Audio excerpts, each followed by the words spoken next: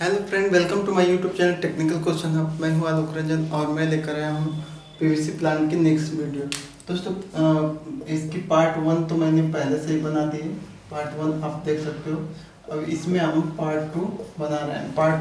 Part 1 में आपने देखा था कि जो है हमारे पास जो विनाइल क्लोराइड मोनोमर बनाने की जो रॉ मटेरियल है HCl और एसिटिलीन, दोनों को हमें किस में चाहिए?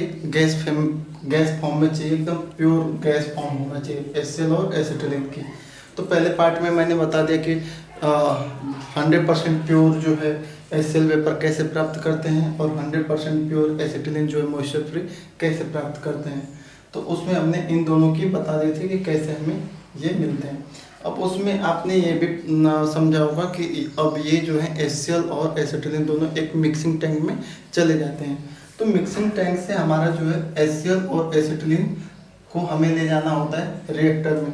दोस्तों, ये रिएक्टर है हमारा। रिएक्टर जो है, रिएक्टर किस टाइप का है दोस्तों? Multi tubular reactor. Multi tubular reactor है, यानी कि सेल साइड में और ट्यूब साइड, इसमें एक तरफ सेल साइड है और बाकी ट्यूब साइड है। तो ये सेल एंड ट्यूब टाइप का हीट एक्सचेंजर एक तरह से कह लो, मल्टी ट्यूबुलर हीट एक्सचेंजर। तो इसमें क्या है दोस्तों, ट्यूबों में हमारी जो है, सबसे पहले देखते हैं कि विनाइल क्लोराइड सिंथेसिस का रिएक्शन क्या। इसमें दोस्तों एसिटिलीन और HCl को जब हम कैटालिस्ट जो है हमारा मर्क्यूरी क्लोराइड के प्रेजेंस में, ये हमारा कैटालिस्ट है मर्क्यूरी क्लोराइड, और एसिटिलीन और HCl दोनों रॉ मटेरियल हैं।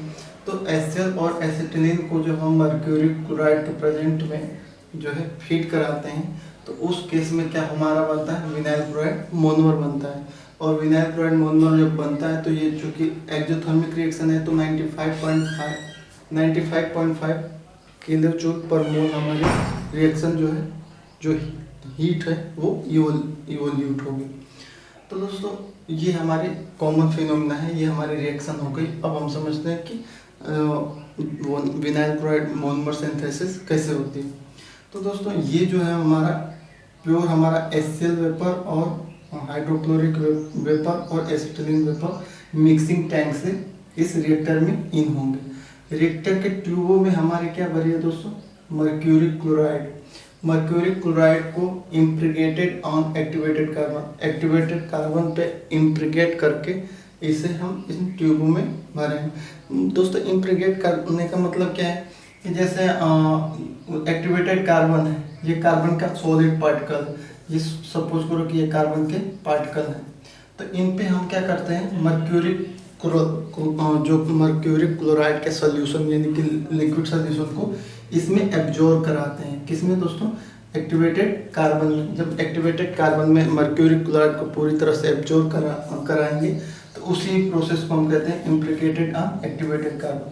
तो यहाँ पे कार्बन के पार्टिकल हैं जो किसमें एब्जॉर्ब हैं दोस्तों? मर्क्यूरी क्लोराइड के। तो मर्क्यूरी क्लोराइड हमारा एक तरह से कैटालिस्ट हो गया। तो ये ट्यूब में पूरे भरे हुए हैं। ये जितने भी आपको मैंने डॉट लाइन से दिखाया है वो सब मर्क्यूरी क्लोराइड जो है इम्प्लीकेटेड और एक्टिवेटेड कार्बन पे हैं ये। अब क्या करेंगे? एसिटिलीन और HCl को मिक्सिंग टैंक से इस रिएक्टर में फीड कराएंगे। तो ये क्या करेगी? इसमें जो है कैटालिस्ट के प्रेजेंस में जैसे ही आएगी तो रिएक्शन स्टार्ट होगा, और जब रिएक्शन स्टार्ट होगा तो हमारी विनाइल क्लोराइड बन जाएगी। और ये जो है चूँकि एक्सोथर्मिक रिएक्शन है, तो ये जो है अप्रॉक्स 110 डिग्री के ऊपर जो है हमारा हीट इस रिएक्टर का टेम्परेचर बढ़ा देगी। जब 110 डिग्री का टेम्परेचर हमारा बढ़ेगा तो हम क्या करते हैं दोस्तों? सेल साइड में हम क्या करते हैं? ट्यूब साइड में तो हमारा रिएक्शन चल रही है, सेल साइड में हम क्या करते हैं? 15% कास्टिक सोल्यूशन का जो है सेल साइड में फीड देते हैं। अगर सपोज करो कि सेल साइड में अगर इसकी कूलिंग तो करनी है, 115 डिग्री का टेम्परेचर है रिएक्टर का, तो इसकी कूलिंग तो करनी है, कैसे ना कैसे कूलिंग तो करनी है दोस्तों। तो उसकी कूलिंग के लिए आप सपोज करो कि कूलिंग वाटर सेल साइड में दे दो इसके। तो सेल साइड में अगर कूलिंग वाटर दोगे तो वो क्या करेगा दोस्तों? तुरंत स्टीम फॉर्मेशन हो जाएगा। तुरंत जानते हो कि कोई भी वाटर हो, वो 100 डिग्री पे अगर कूलिंग वाटर हो या चिल्ड वाटर, कोई भी वाटर हो, वो क्या होगा कि 100 डिग्री पे पूरा का पूरा स्टीम बन जाएगा। तो यहाँ पे जैसे ही आप सेल साइड में अगर 100 वो वाटर दोगे तो वो तुरंत 100 डिग्री, यहाँ पे 110 डिग्री है, यानी कि 100 डिग्री पे पूरा पूरा स्टीम बन जाएगा और सेपरेट आउट हो जाएगा, वो एक्स्ट्रा प्रेशर पड़ेगा, कूलिंग अच्छी होगी नहीं। और दूसरी बात ये कि आप जानते हो कि पानी में अगर थोड़ी भी इम्प्योरिटी मिल जाती है तो उसकी बॉइलिंग पॉइंट क्या होती है, तो बढ़ जाती है। तो पानी में 15% कास्टिक सोल्यूशन का मतलब क्या हुआ कि 15% कास्टिक है और बाकी जो हमारा 85% वो क्या है दोस्तों, पानी है। तो पानी में हम 15% कास्टिक का जो सोल्यूशन बनाएंगे, घोल बनाएंगे, अब उसको हम सेल साइड में क्या है दोस्तों, फीड कर देंगे। तो ये क्या होगा, जो इससे रिएक्शन से जो एक्जोथर्मिक रिएक्शन से जो हीट इवोल्यूट हुई बाहर आए, उसको क्या करेगा दोस्तों, एब्जॉर्ब कर लेगा। जो ये कास्टिक है वो क्या हो जाएगा, जो ठंडा कास्टिक है वो अब पूरा गर्म हो जाएगा, और गर्म होके यहाँ पे तो इन की और यहाँ से ये आउट होके ये हमारा सेलिंग ट्यूब टाइप का हीट एक्सचेंजर है। यहाँ पे कूलिंग वाटर से इस 15% कास्टिक सोल्यूशन को ठंडा कर लेंगे।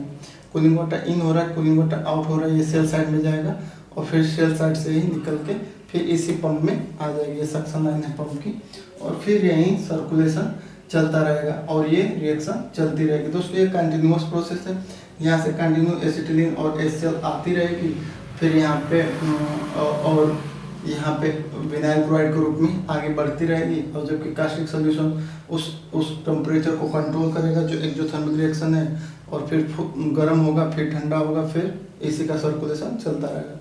क्योंकि यहाँ पे हमारा VCM बन गया, विनाइल क्लोराइड मोनोमर बन गया।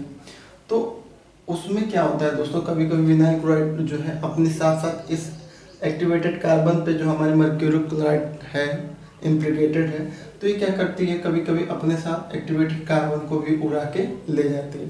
तो कार्बन पार्टिकल को उड़ा के ले जाती है, तो उसको रिमूव करने के लिए हम इसे क्या करते हैं, साइक्लोन सेपरेटर में डायरेक्ट फीड करा देते हैं।